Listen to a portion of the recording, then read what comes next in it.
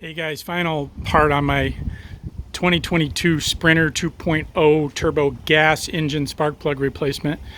You'll see some links to other stuff, serpentine belt, soon to be transmission fluid, which is the trickiest one, but I'm very happy so far. Here's how it went, and I definitely can tell you, do not be intimidated by the job. It is, knock on wood, super simple. I haven't put it all back together yet, but the spark plugs are all in and torqued and all built, put back together. That part it is.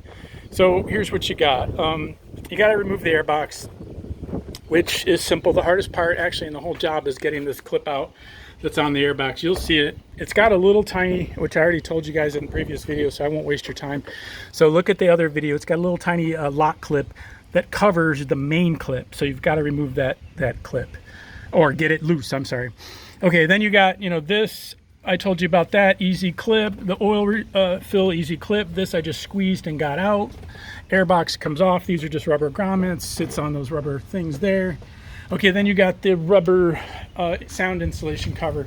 Very easy to get off. You do not need to take anything else off unless you do want to, you could remove this. It's got like a Torx bit at the bottom of it. You could remove that and give yourself a little more slack, but it really wasn't necessary. It was still quite easy. There's enough slack on all these wires just to wiggle it out. Just be gentle, and you can just turn them out of the way. So they come out very easily, at least in my case. The truck is a 22. It had only 30,000 miles on it. They recommend spark plugs, so it's got like 31,000 and change. So you got these Torx bits, easy peasy. I do them one by one, just so I put them all back together. I torqued them to 23 Newton meters. I did not mess with these. I just tightened them normal. They're simple. These things just slip on. They pull out quite easily. I always wipe things down with WD-40 for the future, so they pull out easier too.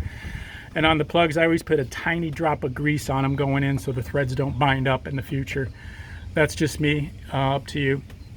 So, like I said, the foam cover came off easily. Start with the far corner, which I said in the previous video. Just work it off. This will slide out of the way. Far corner, work it up real gently all the way around, working your way around. Thing came right off, no problems. And again, this is actually incredibly simple so far. So I highly recommend it. And if you know what they quote you at Mercedes, it's ridiculous. $880 to change the spark plugs. 4 lousy spark plugs. And I got them at a ridiculous price. I showed you that before. You see my nasty old spark plugs at 30,000 miles. I think they definitely needed it. And I got them for like 17 and change a piece, plus inexpensive shipping because I had to add the serpentine belt. No big deal. One thing I definitely recommend is blowing out each spark plug hole before you pull the old plug. I use the old air blaster, and that helped a lot because eye protection. I mentioned this previous one anyway. Blow out each hole before you pull the plug. Eye protection is necessary. And then, very simple. Unbelievably simple. Oh, and my spark plug wrench, I'll have a link down below. I got the 14 millimeter, holds the spark plug perfectly. It's not magnetic, which I actually prefer because the magnetics can get annoying and stick to everything on the way down. This one bites the plug perfectly and did a great job. It was the highest rated one, like 4.8. So it'll be in the link below as well. I appreciate any likes and subscribes. And yeah, I might make a tiny 2-cent commission or something if you bought something. But again, I appreciate it. I hope this helps you.